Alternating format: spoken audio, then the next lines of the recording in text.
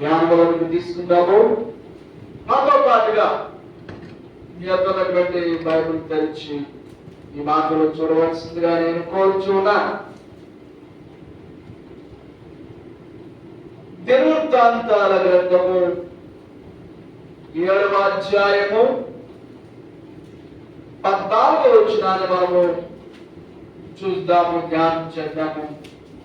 దినవృత్తాంతాల గ్రంథము 7వ అధ్యాయము 14వ వచనం. మనకి యొక్క వచనము ఎల్లప్పుడూ కూడా పరిచయమై ఉండాలి.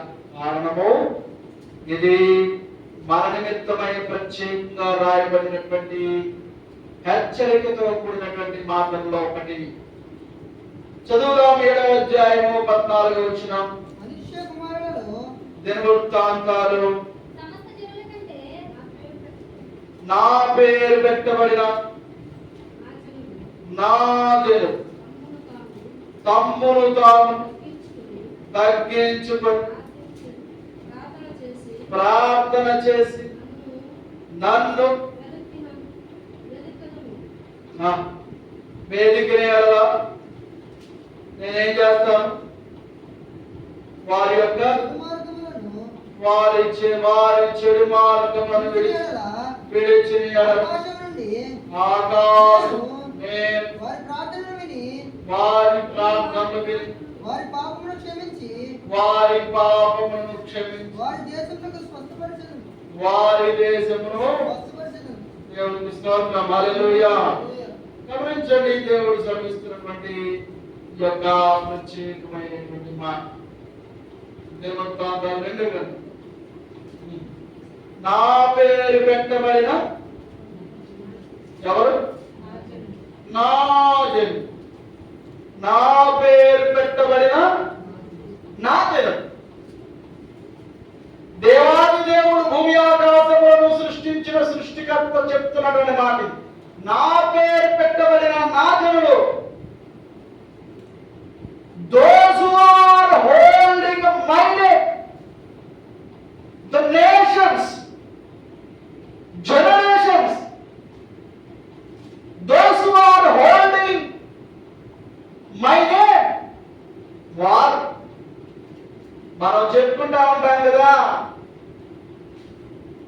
మేము క్రైస్తవులము అనగా క్రీస్తు పేరును ధరించిన వారు, క్రీస్తును మేము కలిగి ఉన్నవారు, యేసు ప్రభు యొక్క ప్రజలు, ఆయన బిడ్డలము అని చెప్పుకుంటా ఉంటామే. వీఆర్ క్రిస్టియన్స్ అని వారికి ఈ మాట, వారితో దేవుడు చెప్తున్న మాటలు. నా పేరు పెట్టబడిన నా జనులు.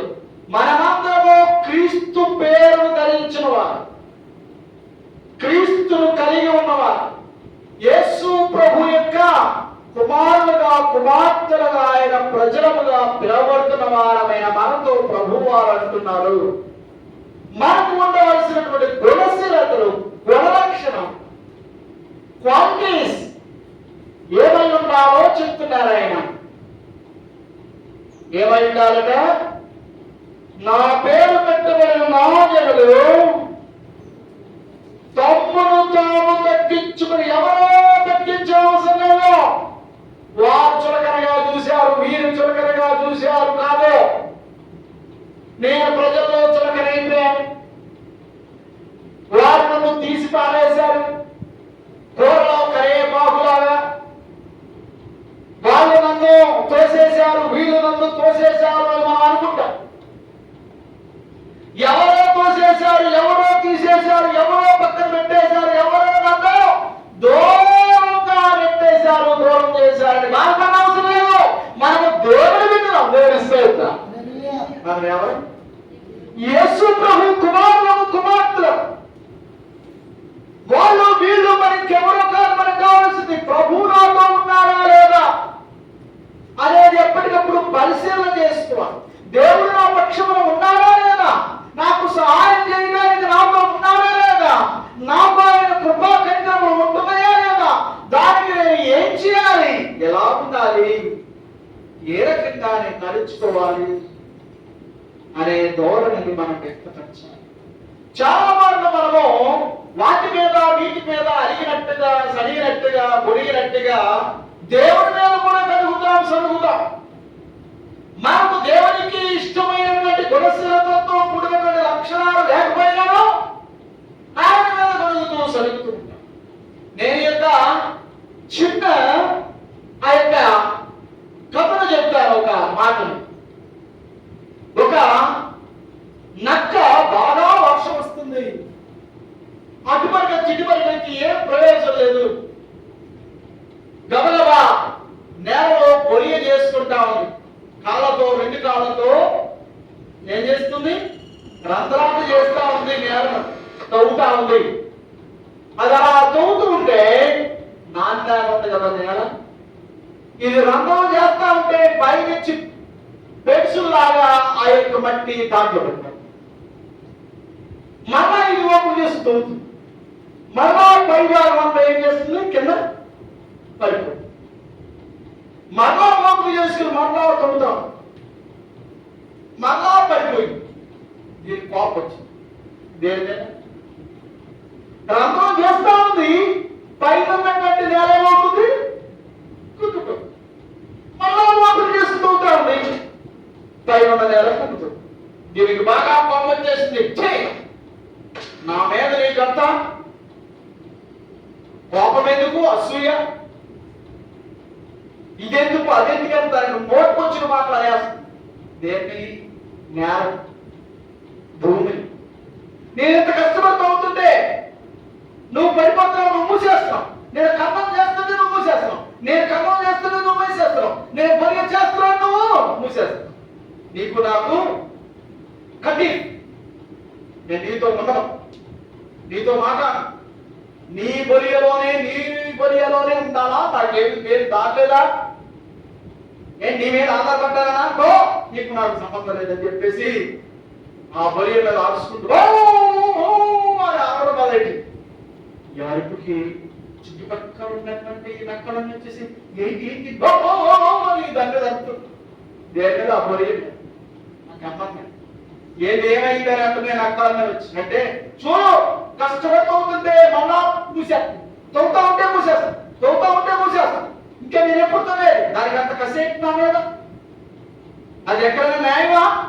పొద్దు నుంచి తవ్వుతున్నా, తొమ్మిది రోజుకి ఏం చేస్తుంది, అది పడిపోతుంది, మూసేస్తున్నానంటే విన్నటువంటి నక్కలకు నిజమే కదా. దానికంటే కసేంటి, నీ మీద అంత కోపం ఏంటి, నీ మీద చాలా పగబట్టింది. మాకు అలా జరగలేదు, మేము తోకుండా వెళ్ళిపోయి కన్నబడి ఉండిపోతున్నాం. నీ ఒక్కదాని మీద కసి పుట్టింది, నీ ఒక్కదాని దాని మీద కోపం పెట్టుకున్నది మంచిది కాదు అని చెప్పి నలుగురున్నర మాటలున్నారు. ఈ రక్షకు మొత్త పెట్టారు. అందుకే నేను ఎదురించి తీర్మానం చేసుకున్నా, దానికి నాకు కట్టి దాని అసలు గొర్రెలోనే మనం ఇక్కడి నుంచి గొర్రె చేస్తే వద్దు అని చెప్పేసి వెళ్ళిపోయి ఒక తాటి చెట్టు కింద తాటాకులు పడిపోయి ఉంటే ఆ తాటాకుల్లో దూరు పడుతుంది. తాటాకుల్లో దూరు పడుకుంటే మెల్లగా సౌండ్ వస్తుంది. ఏంటంటే, నా మీద ఎందుకు పడుకున్నా,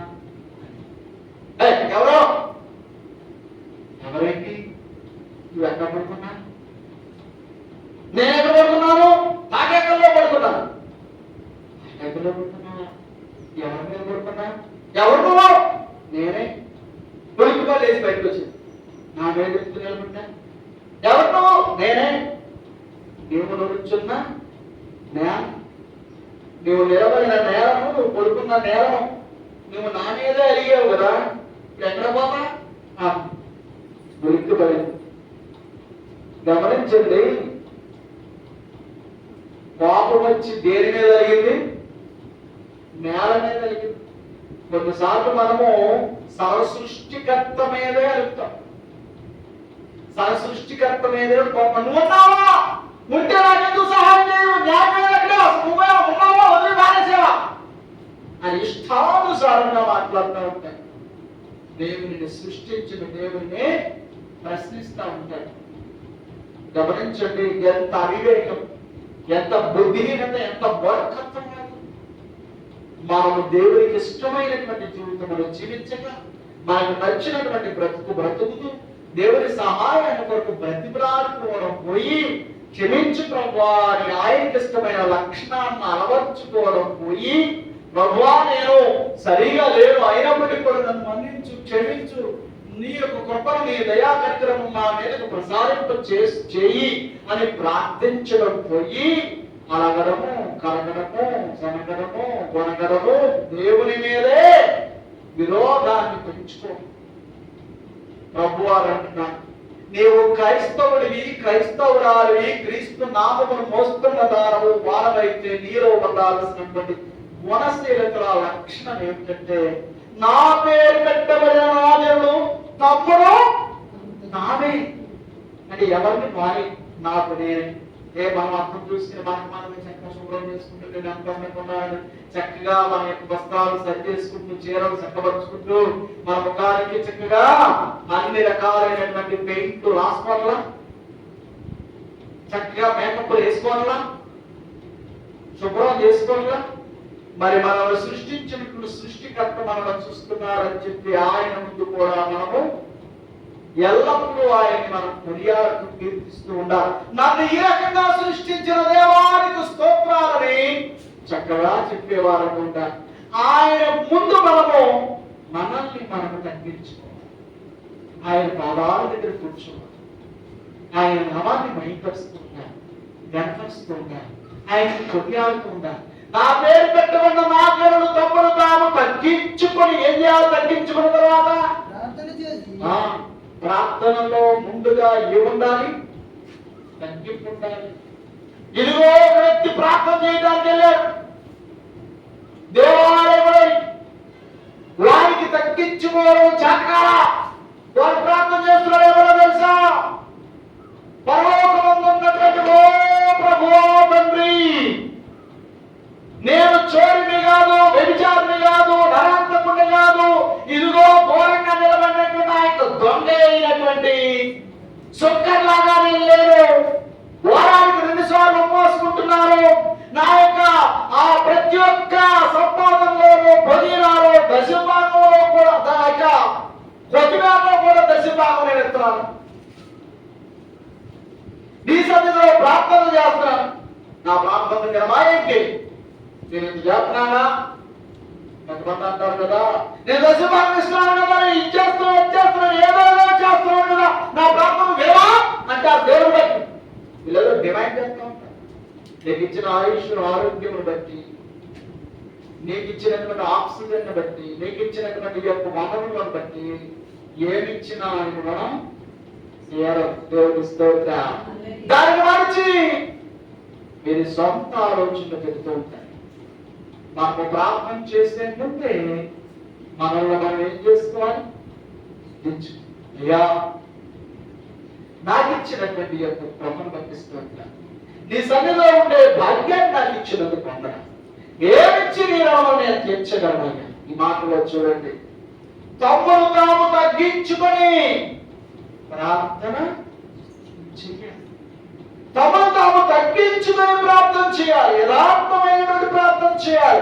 లేఖనామములు నిర్గమాకాండము 1వ అధ్యాయము 14వ వచనాన్ని మనం చదివినట్లయితే, నిర్గమాకాండము 1వ అధ్యాయము 14వ వచనంలో రాయబడినటువంటి మాటలు భక్తుడైన మోషే రాస్తూ ఉన్నాడు. ఈ మాటలు చూడండి. వారు ఇశ్రాయేలీయుల చేత చేయించుకున్న ప్రతి పని కఠినముగా ఉండేది. వారు జిగట మట్టి పనిలోను, ఇటుకల పనిలోను, పొలములో చేయు ప్రతి పనిలోను కఠిన సేవ చేయించి వారి ప్రాణములను విసిగించి అప్పుడు ప్రార్థన చేస్తా ఉన్నారు. వారు అంత విసిగిపోయినప్పుడు ప్రార్థన చేస్తున్నారు. తగ్గించుకుని మన ప్రాణములు దేవుని చేతిలో ఉన్నాయని చెప్పి ప్రార్థన చెయ్యాలి. ఆమేన్, హల్లెలూయా. మరలా చెప్పనా? మన ప్రాణములు దేవుని చేతిలో ఉన్నాయని చెప్పి మనం ఏం చేయాలి? మంచి నిద్ర వస్తుందంట.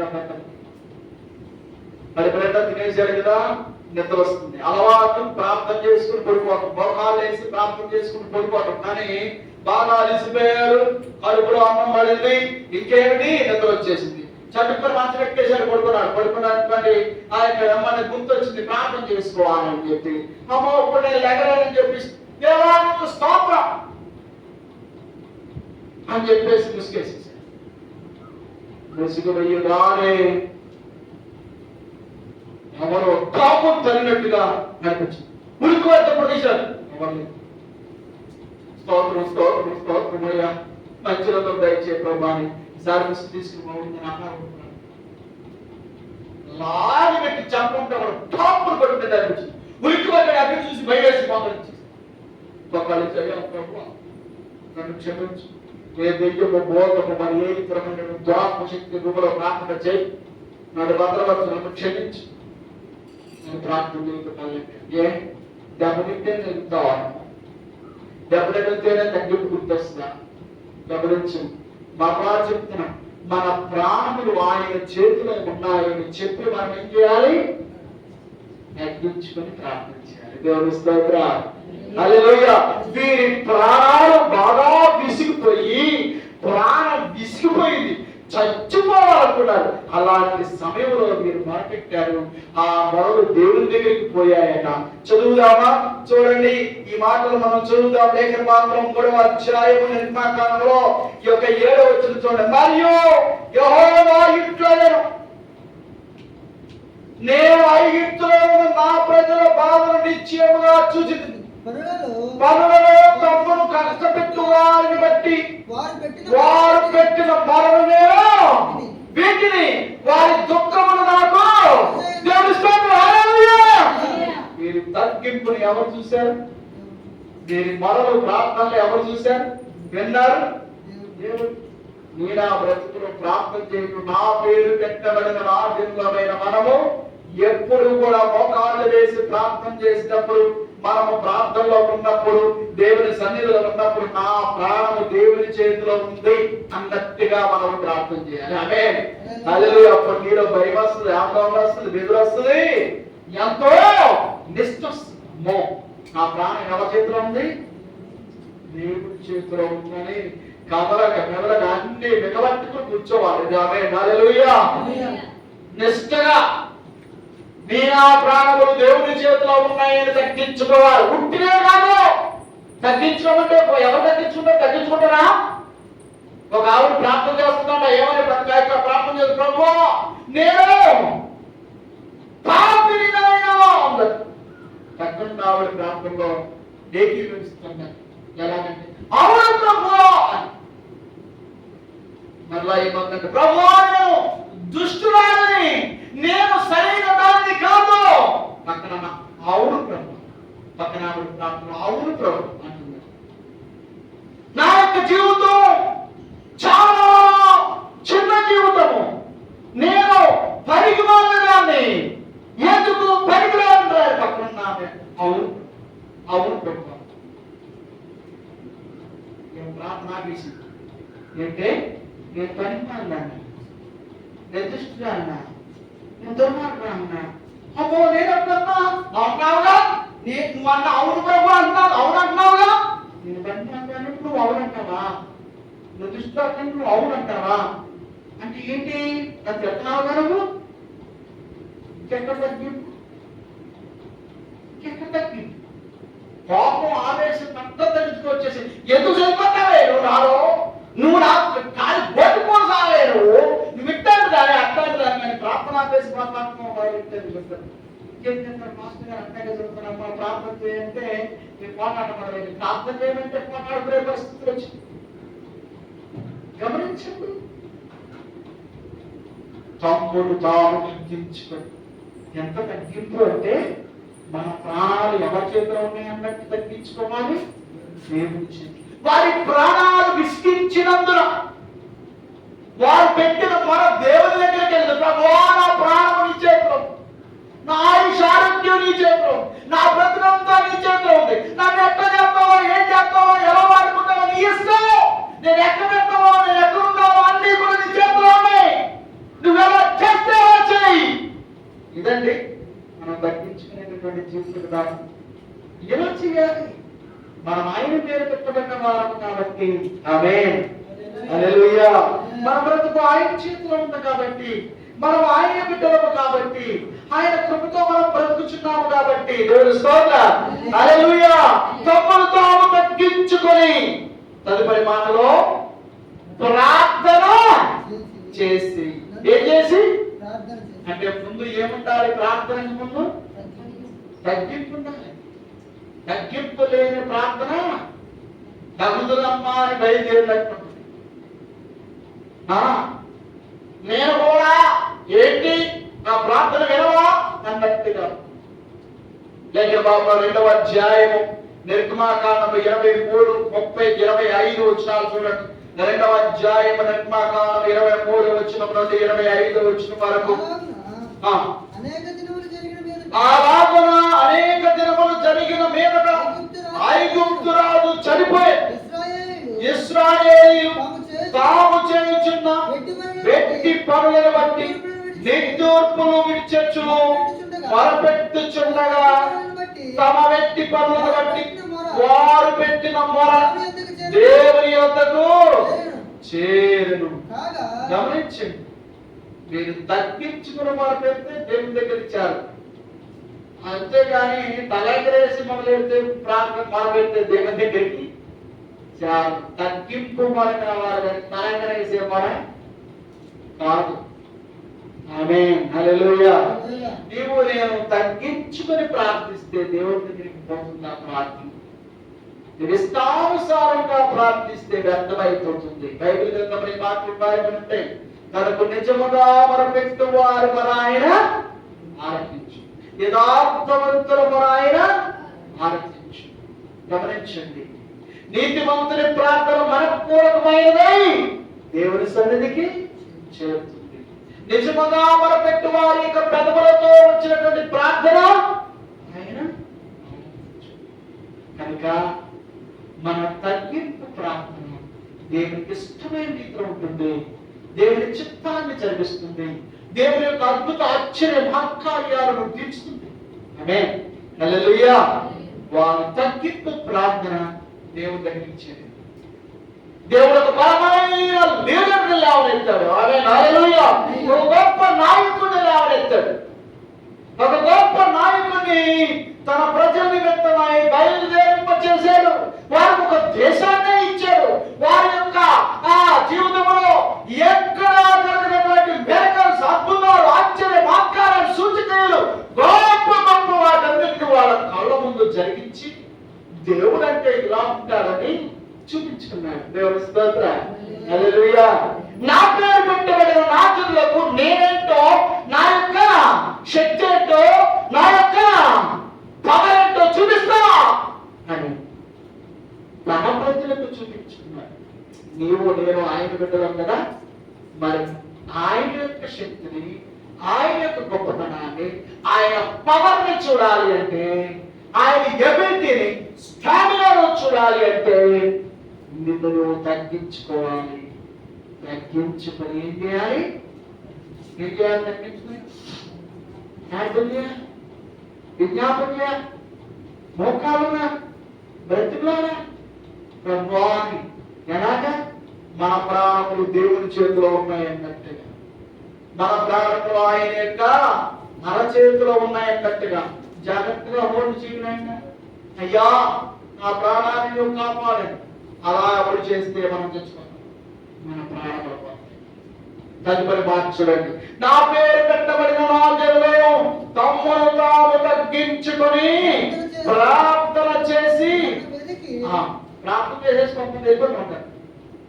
ప్రభు ఆమె ప్రార్థన చేస్తారు చేస్తారు చేస్తారు చేస్తారు చేస్తారు ఆమె అల్లే వెళ్ళిపోతారు. ప్రార్థన చేసిన తర్వాత ఏం చేయాలి? వెనక హల్లెలూయా ప్రార్థన చేసి నువ్వు అడుగుతావు కదా, ఫోన్లు వచ్చినాయి కదా, ఫోన్లో మాట్లాడే కొంచెం చెప్పారు ఒకప్పుడు. ఇప్పుడు అమ్మ నేర్చుకున్నాడు. ఎట్లా మాట్లాడారు? అలా ఏంటి, ఎక్కడన్నా, ఎప్పుడన్నా, ఏంటి విషయాలు, మరి ఇదిగో అదిగో, అది ఇది ఇది అదే అని చెప్పేసి మాట్లాడుతున్నాడు. ఇప్పుడు మాట్లాడుతున్నాడు. వీళ్ళు మాట్లాడాలి, వాళ్ళకి ఏం చేయాలి? మాట్లాడడానికి సమయం ఇవ్వాలి, అవకాశం ఇవ్వాలి.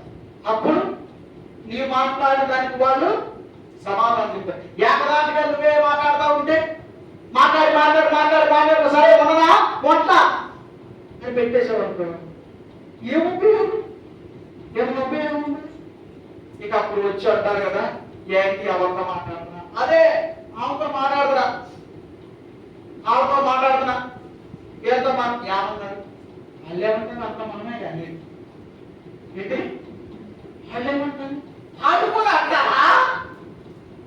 అదేంటి ఏమో అదే ఫోన్ నా చేతిలో ఉంది కదా, నేనే మాట్లాడేసా. వాళ్ళు మాట్లాడతారా? వాళ్ళు మాట్లాడతారు ఎట్లా? ఎట్లాగేంటి? నువ్వు మాట్లాడుతున్నావు పెడితే వాళ్ళు మాట్లాడతారు. నువ్వు మాట్లాడి మాట్లాడి మాట్లాడి సరే ఉంటారు పెట్టేస్తే మరి ఆ మాట వద్దా? అది చెప్పేది వినమా? జవాబు వద్దా నీకు?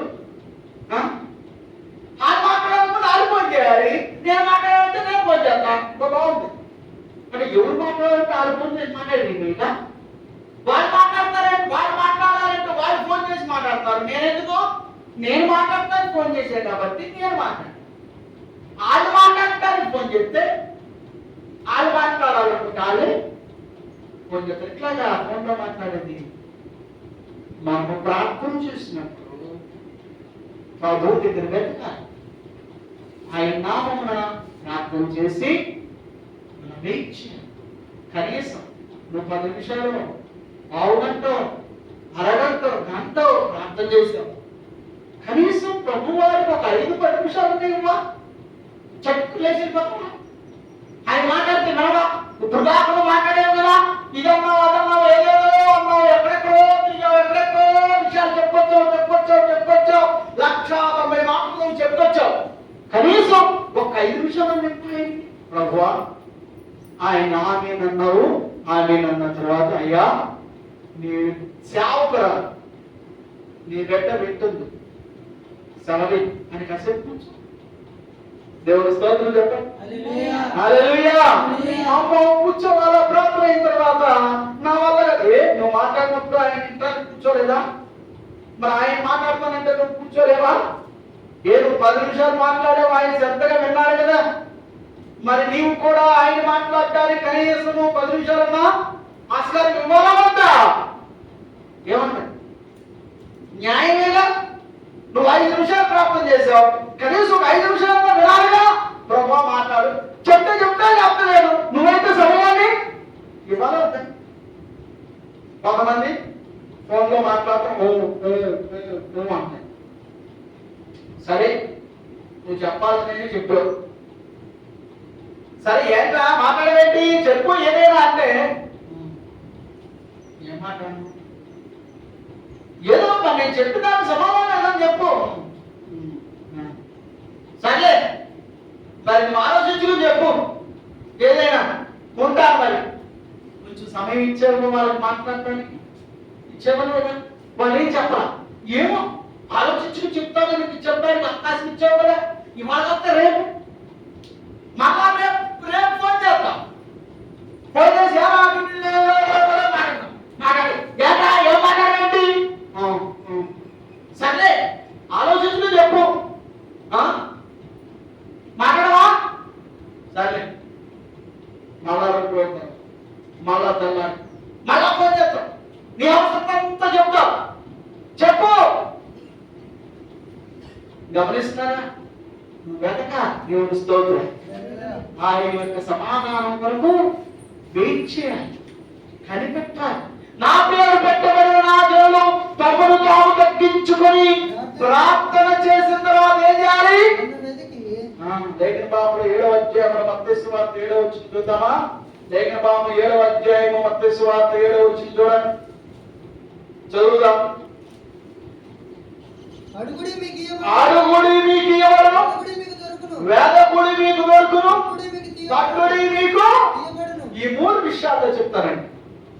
అడుగుడి మీకు, అడిగిన తర్వాత ఇచ్చే వరకు ఎవరి ఇంటికి వెళ్ళి ఏ ఉప్పో లేకపోతే పంచదారో టీపులో అడిగారు.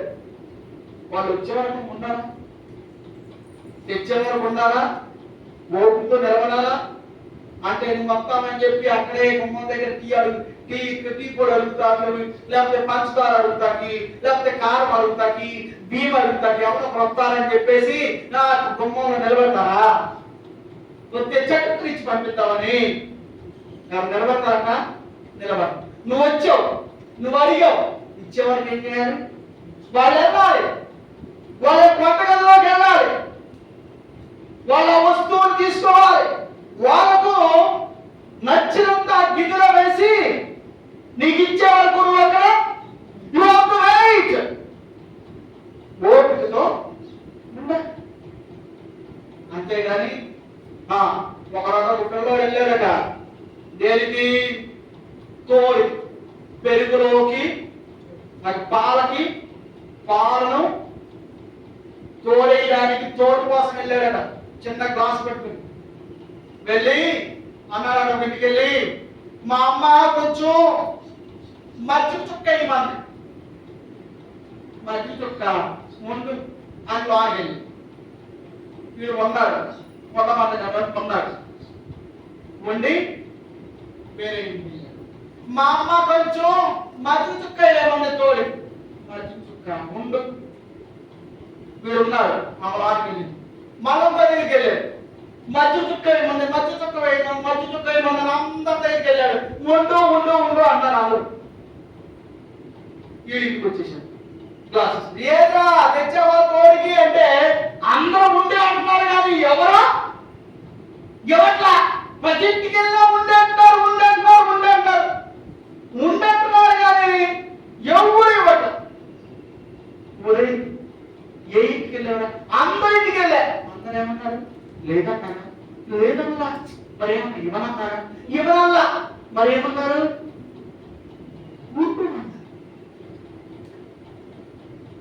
ఏ ఇంటికి వెళ్ళారు? ఆ ఇంటికి వెళ్ళారు, ఆ ఇంటికి వెళ్ళారు, అందరి ఇంటికి వెళ్ళారమ్మా. అందరూ నన్ను ఏమన్నారు? ఉండే అన్నారు.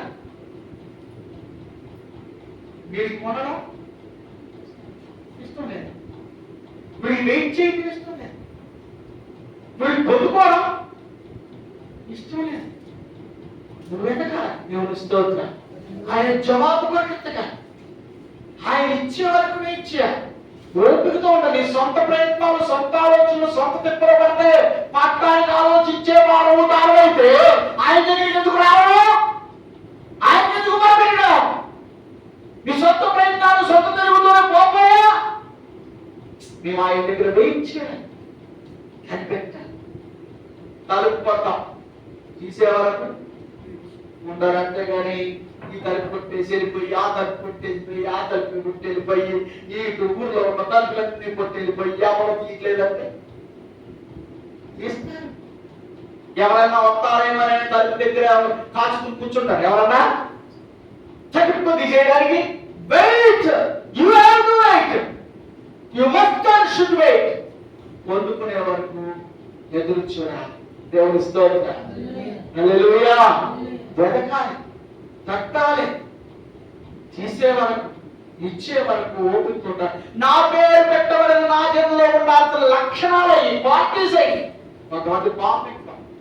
అబ్బే నువ్వు చెల్లేంటి, నువ్వేనా పెట్టేదేంటి, నీ వల్ల ఏంటి, నువ్వు కాపుకోవాలా, నీకోసం వెయిట్ చేయాలా, నీకోసం ఎదురు చూడాలా, నీకోసం టైం వేస్ట్ చేసుకోవాలా, నా టైం ఎందుకు విలువైంది అనుకున్నావు, నేనేంటి, నా బతికేంటి, నా జీవితం ఏంటి అంటారు.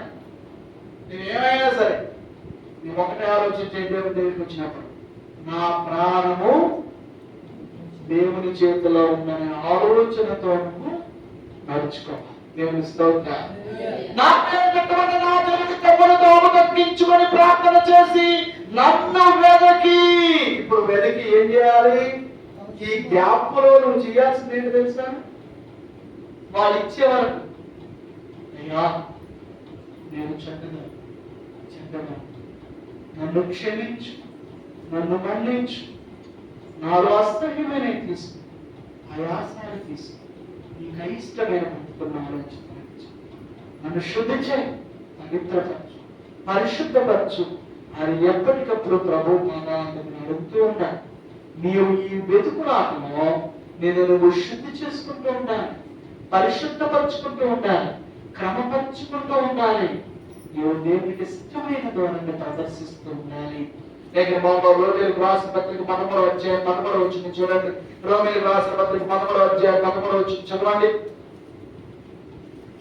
మాటలో చక్కటి వాక్యాన్ని అపోస్తలుడైన పౌలు మనకి ముందుస్తూ ఉంటారు. చదువుదా 13వ అధ్యాయము రోమీయులకు రాసిన పత్రిక 13వ వచనం చదువు. అల్లరితో కూడిన ఆటపాటలను మత్తైనను లేకయు కామ విలాసమైనను పోకిరి చేష్టలైనను లేకయు మత్సరమైనను లేకయు పగటి యందు నడుచుకున్న వారిని పగటి యందు నడుచుకుంటున్న వారముగా మర్యాదగా నడుచుకుంటుము. మెట్టుకు ప్రభువైన యేసుక్రీస్తును ధరించుకున్న వారై శరీరాచరణ నెరవేర్చిన కొరకు శరీరము విషయమై ఆలోచన చేసు కొనకుడి. దేవుని స్తోత్రం. హల్లెలూయా. గమనించండి, దేవునికి అయిష్టమైనవన్నీ దేవునికి అయిష్టమైనవన్నీ విడిచిపెట్టుకుంటూ ఉండాలి. మనము సమాధానము పొందుకునే వరకు, దేవుని యొక్క నుంచి కోరినటువంటి వాటిని పొందుకునే వరకు కూడా మనల్ని శుద్ధి చేసుకుంటూ ఉండాలి, సరి చేసుకుంటూ ఉండాలి. అయ్యా, ఒకవేళ నేను అడిగిన దానికి నాకు సమాధానం రాకపోవడానికి నాలో ఏమైనా అవిధేయతుందో, నీకు ఆయాసకరమైన పరిస్థితి ఉందేమో, అసహ్యమైందేమో తీసేయకండి, శుద్ధి చేయడం, పరిశుద్ధపరచడం, నీకు ఇష్టమైన బిడ్డగా నన్ను చేయనాయన అని అడిగేటి వారంగా ఉండాలి. లేక బాబా మనం చూద్దాం, నా పేరు పెట్టబడిన నా జనులు తమను తాము తగ్గించుకొని ప్రార్థన చేసి నన్ను వెతికి చెడు మార్గములను విడిచి నా నేను ఆకాశమునందున్నాను, నేను వారి ప్రార్థన విని దేవుని స్తోత్రం. ఎప్పుడు మన ప్రార్థన వెళ్తుంది దేవుని దగ్గరికి? ఈ క్వాలిటీస్ అన్ని మన దగ్గర ఉన్నప్పుడే. ఆకాశమందున్న నేను నా వారి ప్రార్థన విని.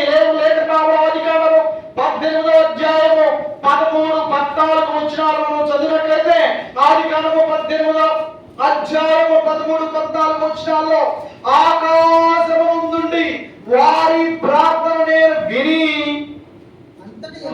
అంతటి యెహోవా అబ్రహాముతో గమనించండి, వృద్ధురాలైన నేను నిశ్చయముగా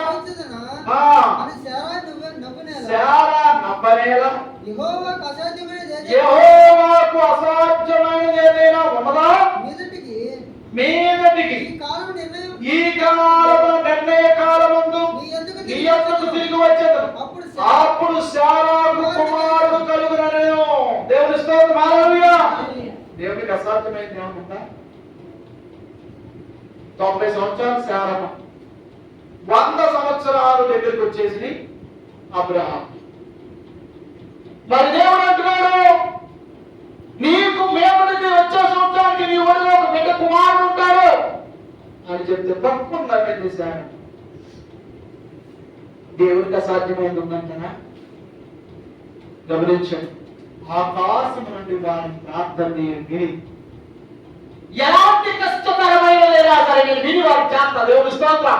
ఇది కష్టము, వల్ల పడదు, సాధ్యపడదు, ఇది కుదరదు, ఇది అసాధ్యమని ఎవరన్నా సరే, ఎంతో మంది అన్నా సరే నేను దాన్ని చేస్తా. దేవుని స్తోత్రం. హల్లెలూయా. చేసి తీరుతా. మీరు ఎక్కడున్నారు? ఆకాశంలో. దేవుని స్తోత్రం. మీకంటే గొప్ప పైన నాకేది అసాధ్యం కాదు. హల్లెలూయా. 90 సంవత్సరాల శారా 100 సంవత్సరాల దగ్గరికి వచ్చిన అబ్రహాముకు బిడ్డ పడతాడు అని దేవుడు చెప్పాడు. సాధ్యమైంది దేవునికి, మనుషులకి అసాధ్యమే. శారా నవ్వింది. భక్తులు ఎందుకు నవ్వింది శారమ్మ? 90 సంవత్సరాలు వచ్చి నడవడమే చేతనమ్మా, చేతులు బట్టి నడిపించాల్సి ఏం చెప్తున్నారు? వాళ్ళు వచ్చి సిగ్గు లేకపోతే సరే, 90 సంవత్సరాలు వచ్చింది, నాకు అలవాటు పడుతుంది, నాకేమో విధంగా దేవుడికి అసాధ్యమైందా? ఏమైనా ఉందా? దేవుడికి సమస్తము సాధ్యమే. మనుషులకు ఏదైనా సాధ్యం ఉండొచ్చు, కానీ దేవుడికి అన్నీ నువ్వు ప్రార్థన చేయగలిగితే, దేవుడి స్తోత్రం, నువ్వు తగ్గించుకుంటే, నీ విధేయత చూపిస్తే ఎంత ఏంటో తెలుసా? వారి పాపాలను నేను క్షమిస్తాను. లేఖన భాగంలో మార్కు సువార్త 2వ అధ్యాయము 5వ వచనం మనం చదివినట్లయితే, ఇదిగో నీ పాపములు క్షమించబడ్డాయి. దేవుని స్తోత్రం, హల్లెలూయా. నీ పాపాలు క్షమించబడ్డాయి. మనుషులకు సాధ్యమా పాపాలు క్షమించడం? వారే పాపిష్టి మంద. ప్రతి ఒక్కరు, నీవు నేను అందరము కూడా పాపములోనే పుట్టిన వారం, పాపములోనే పెరుగుతున్నాం, పాపములోనే తిరుగుతున్నాం. మన పాపములు క్షమించగలిగిన దేవుడు వారి పాపములను క్షమించి వారి దేశమును స్వస్థపరుస్తాడు. దేవుని స్తోత్రం. అపొస్తలుల కార్యములు 2వ అధ్యాయం 8-9 వచనాలు మనం చదివితే, వారి దేశమును నేను స్వస్థపరుస్తా. దేవుని స్తోత్రం. వారికి ఆరోగ్యం ఇస్తా, సంపదిస్తా, సౌఖ్యమిస్తా, సుఖమిస్తా, ఆనందిస్తా, ఆయుషిస్తా. దేవుని స్తోత్రం. నేను వారి దేవుడు, వారి తలంపులను నేను కావలి కాస్తా. యెషయా గ్రంథము 25వ అధ్యాయం 2వ నీ తలంపులో, నీ ఆలోచనలో దేవుడు ఎరిగి ఉన్నాడు, వాటన్నిటిని ఆయన తీర్చగలిగిన సమర్థుడు. ఇక ప్రభు సన్నిధిలో మనము నేర్చుకోవాల్సింది, ఆయన పేరు పెట్టబడిన మనము, ఆయన నామమును మోస్తున్నటువంటి మనము, మనలో ఆయనకి ఇష్టమైన లక్షణాలు ఉన్నాయా లేదా అని ఆలోచన చేసుకోవాలి. మనల్ని మనము సరి చేసుకుంటూ ఉండాలి, శుద్ధి చేసుకుంటూ ఉండాలి, పవిత్రపరచుకుంటూ ఉండాలి, దేవుడి కృపకు అప్పగించుకుంటూ ఉండాలి. 26వ అధ్యాయం 21వ వచనం చదువుదాం. యెషయా గ్రంథము, నీవు వెళ్ళి నీ అంతఃపురములో ప్రవేశించుము, నీవు వెళ్ళి నీ తలుపులు వేసుకొనుము, ఉగ్రత తీరిపో వరకు కొంచెం సేపు దాగి ఉండము. దేవుని స్తోత్రం, హల్లెలూయా. నిన్ను కాపాడువాడు నీకు అన్ని బయలుపరుస్తాడు, సమస్తము బయలుపరుస్తాడు, నిన్ను తగ్గిస్తాడు. కనుక తన పేరు పెట్టబడినటువంటి మనము, మనలో ఉండాల్సిన లక్షణాలను చక్కగా కాపాడుకుంటూ, ప్రార్థనతో దేవుడికి ఇష్టమైన భక్తి చేస్తూ ఆయనలో మనం ముందుకు కొనసాగిపోదాం. యేసయ్య ఈ మాటను ముందుకు దీవించి ఆశీర్వదించేవాడు. ఆమేన్. ప్రార్థన